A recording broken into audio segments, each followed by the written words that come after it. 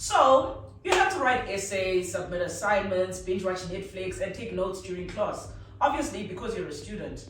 But maybe you want to know if your laptop has all these functionalities and capabilities. What are the main features and functions that a perfect student laptop should have? Don't worry, I'll explain it. This here is a rundown of the main features every student laptop should have. Obviously, these specs are not going to apply to every single student because this may vary based on what course you're studying. But it's a good approach, especially if you want to make sure you get the average or the best features for the average student. So let's get into it. Number one of the most important features, battery. Every student laptop needs to have a good battery, and that's obviously because you spend long periods of time in classes and study sessions, and you don't want to be constantly searching for a wall socket because your laptop is actually a desktop. So aim for something with 8 to 10 hours of battery life. Number 2, portability. You need something that is easy to carry around on campus. Remember, portability doesn't always mean small. It can also mean slim and lightweight. So a good guide is to aim for something that's under 1.5 kilograms. Number 3, durability. You will need something that is made of solid materials that can withstand the wear and tear of student life, since you will be carrying this thing all over and using it in different environments. So don't rush for the cheapest plastic laptop out there. Number 4, storage. I will always stand by the view of SSD over HDD. You can watch my unexplained video where I compare the two to understand why. But always try to aim for at least 256 gigs. Number 5, these may seem like small trivial things, but they do wonders for your productivity. Make sure you get a laptop that has a backlit keyboard.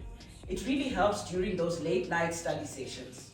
And always get a laptop with multiple ports, like at least 2 or 3 USB-A ports, a headphone jack, HDMI port, etc. Because as a student, you will always want to attach a lot of external devices to your laptop. Number 6, performance. This one is a bit tricky because it can vary depending on what you're studying. Like people who are studying something that involves coding will require something with high computing power, whereas someone who studies something in literature will require something with a chip that is optimized for AI in order to assist with research.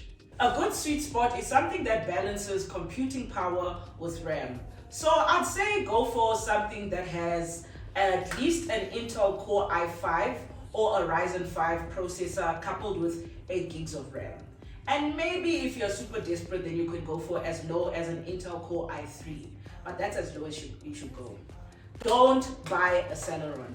I repeat, do not buy Celeron. Especially around the start of the year when they start with the back to school sales, you'll find that Celerons are always one of the sales or one of the deals you can get. And I trust me, you're going to be begging for your money back when it takes you 3 to 5 business days just to open a simple website. So don't do it. Finally, affordability. I cannot specify how much you should spend on a laptop because it really depends on your budget. But buy what you can afford. But not a Celeron though. Try find a sweet spot between quality and affordability.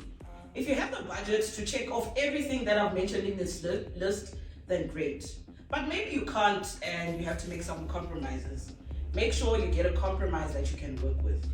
A good alternative is maybe for you to buy a refurbished laptop instead of brand new, especially if you're on a tight budget. In fact, for me, my first laptop was a refurbished one and it was great. It did everything that it needed to do, even though when it started up, it sounded like a gusheshe.